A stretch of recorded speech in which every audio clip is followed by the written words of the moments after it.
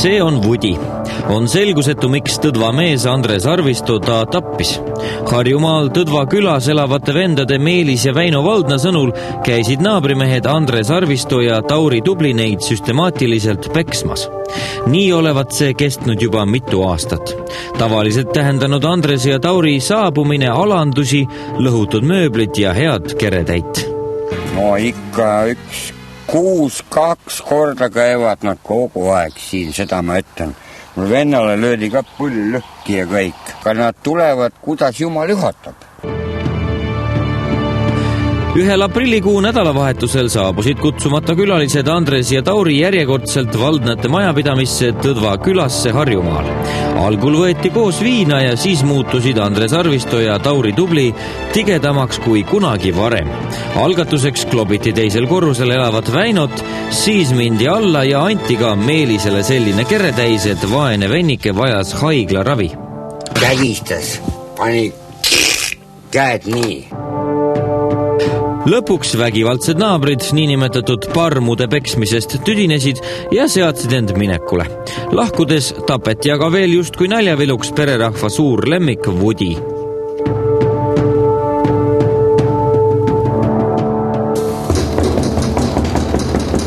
Mida t***ast laamendate? Tere, tahaks küsida. Mingi mure on siin meestel? Ei tea. Mehed nagu kaevasid meile, et oli nagu mingi pidu eile olnud, siis olid nad läbi peksnud, maja tühjaks varastanud ja koore ära tapnud, et mis sa ütled selle kohta? Jah, ma tegin kõik seda. Aga miks sa tegid? Sellepärast, et iga oli. 90 inimesel olime, kedagi selle ära tapma ei tahtnud ja koeraga oli niimoodi, et me kuulsime niimoodi, kui sul see samale tolvan selle rääkisid, see Vänts oli need 5 päevaks ära, oli koos koeraga ja koera tagasi ei tulnud. Aga koera üldse majas ei olnud, jah? Ei, me käisime üleval, koera me ei näinud, siis tulime alla nende juurde. Ja koera üldse majas ei olnud, jah? Ei. Vendadel Valdnatel sai mõõt täis. Asi läks politseisse. Tänaseks on uurimine lõppenud ning koeratapjast Andres Arvisto astus kohtu ette. Kuidas koer tapeti?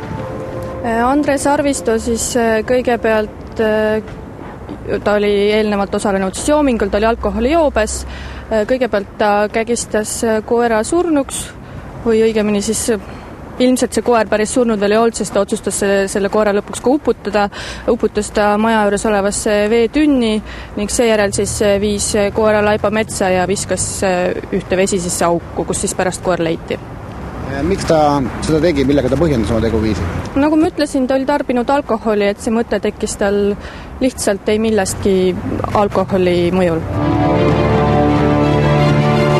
Loomapiinajatel ja naisepeksjatel on üks ühine omadus. Nad on kõvad mehed jõuga asju paika panema ja oma üleolekut näitama. Aga kui on vaja tehtud jubedustest aru anda, siis on nad vait ja põgenevad kaamera eest.